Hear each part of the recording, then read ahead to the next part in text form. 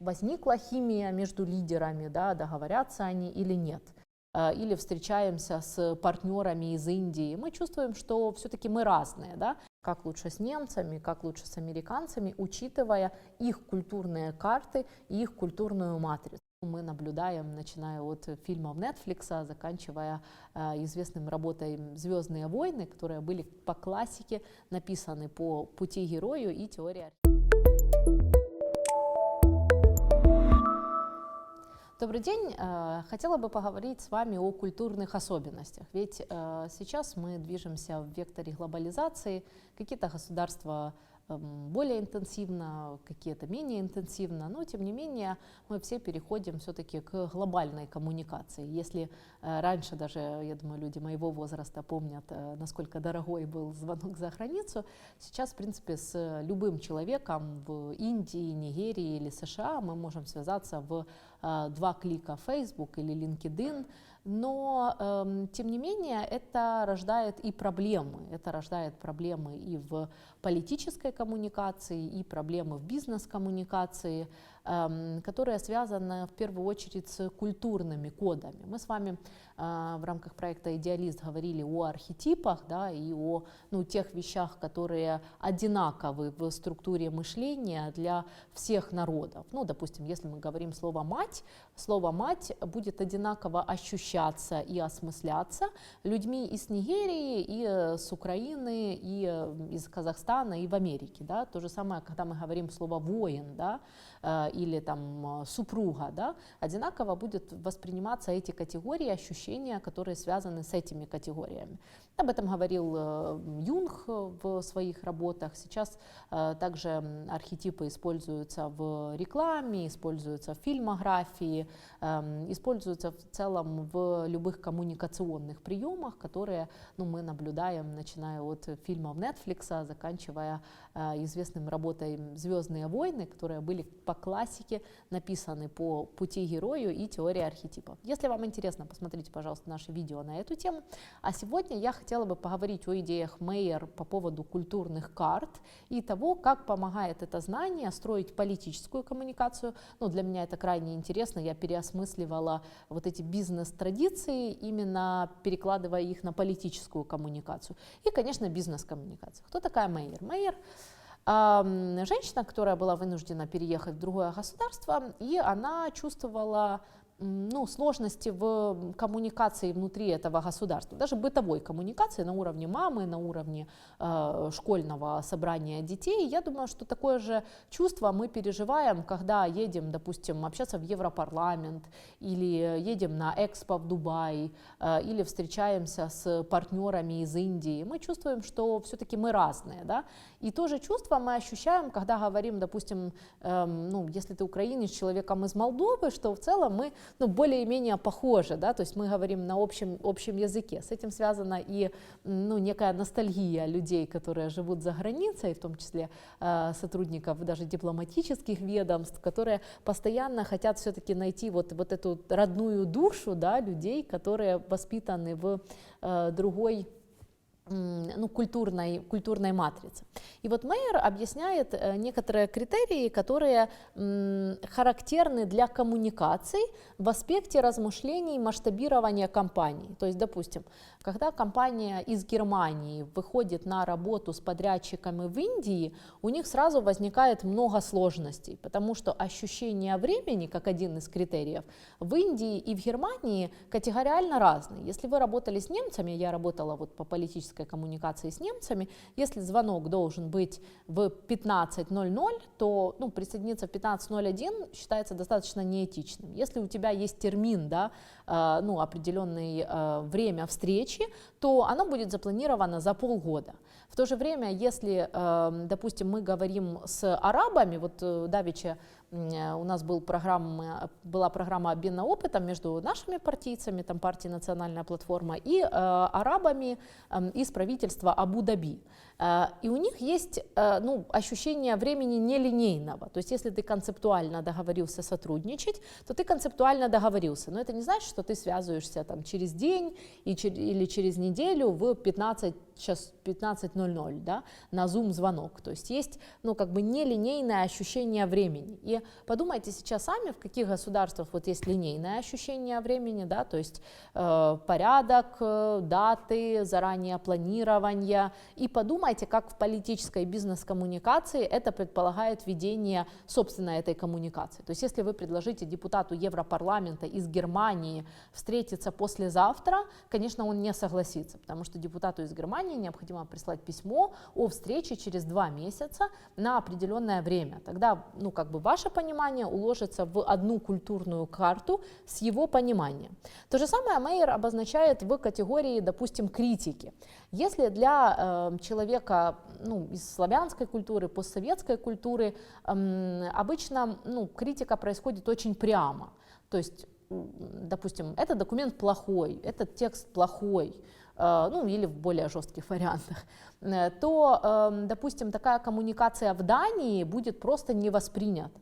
То есть Мейер приводит пример, допустим, что если текст плохой, руководитель скажет, что этот текст слишком оригинален, да, или там, что этот текст достаточно оригинален, что, ну, допустим, в нашей культурной матрице будет оценено скорее как позитив и позитивная оценка, нежели как негативная. В то же время в Украине, в Молдове скажут напрямую, что текст плохой, точно так же скажут и в израильской культуре критики и культуре коммуникации. Тоже интересно, в принципе, особенности, которые исследовала Мейер, можно найти в ее книжке, там ну, больше стран, нежели тех, которые, ну, которые я привожу.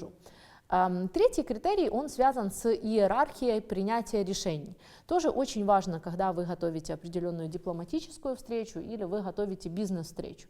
В принципе, есть 2 классических структуры. Это вертикальная структура, ну, условно, когда все со всеми советуются, да. Вот часто мы читаем примеры, там, как происходит коммуникация в корпорации Lego, да, или как происходит коммуникация там, в корпорации Google. Да, и потом мы, допустим, понимаем, что коммуникация на ферросплавном заводе в Запорожье, она происходит радикально не так. И это не только потому, что ну, там разное управление, но и потому, что в постсоветской культуре принята вертикальная форма коммуникации. Ну, кстати, в политике это тоже ну, у нас принято. Да? То есть, посмотрите, у нас даже партийные структуры, они все равно строятся вертикально. Да? И есть человек, который, ну, по сути, несет ну, как бы ключевую ответственность и спускает, ну, скажем так, задачи сверху вниз. Можно 1000 раз говорить, что да, мы стараемся, чтобы это было не так, но в нашей культурной матрице пока что это так.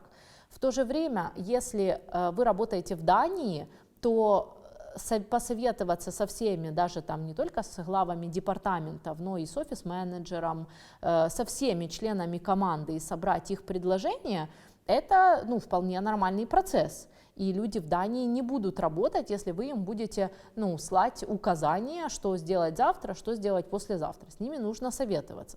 В то же время ну, люди, допустим, в Казахстане не поймут, если вы будете ну, со всеми советоваться по поводу управленческого решения. Они скорее скажут, что этот человек не может управлять и не может принять решение, поэтому морочит нам голову. То есть, снова же, очень важный момент. Есть страны, которые находятся на грани, допустим, японцы. Вот если вы общались с японцами, у меня был опыт общения с дипломатами из Японии, у них, в принципе, тоже иерархичность есть, но эта иерархичность позволяет общаться, ну, скажем так, с людьми, я сейчас утрирую, своего статуса, да? То есть менеджеры, допустим, там департамента IT, у них есть демократия, но внутри департамента IT. Если над ними стоит другой департамент, то там уже департаменты не советуются, там есть вертикаль, и там нет прямой критики. Снова же, подчиненный не может критиковать своего руководителя. Да? В то же время в израильской культуре ну, абсолютно не так. И поэтому, если вы прорабатываете определенное решение с японцами, допустим, там, не знаю, о экспортных правилах или о каких-то совместных даже культурных программах, нужно учитывать, что демократия заканчивается вот этим уровнем общения с себе подобными, но решение окончательное принимает руководитель. И если вы на этапе того, когда вот эти все этапы, да, они уже прошли, пойдете к руководителю и скажете, что вы хотели бы что-то поменять, это не будет верифицировано, и вы не сможете работать непосредственно напрямую с руководителем, потому что ему приходит уже готовое решение.